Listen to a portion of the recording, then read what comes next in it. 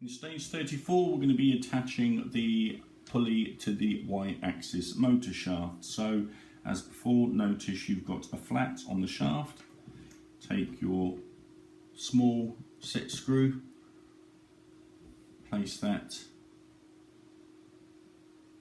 into the timing pulley but not all the way in, and then making sure that you've placed that like so, so that the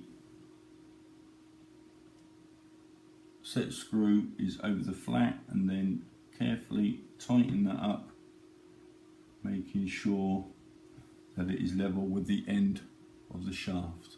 Okay, and that completes this stage.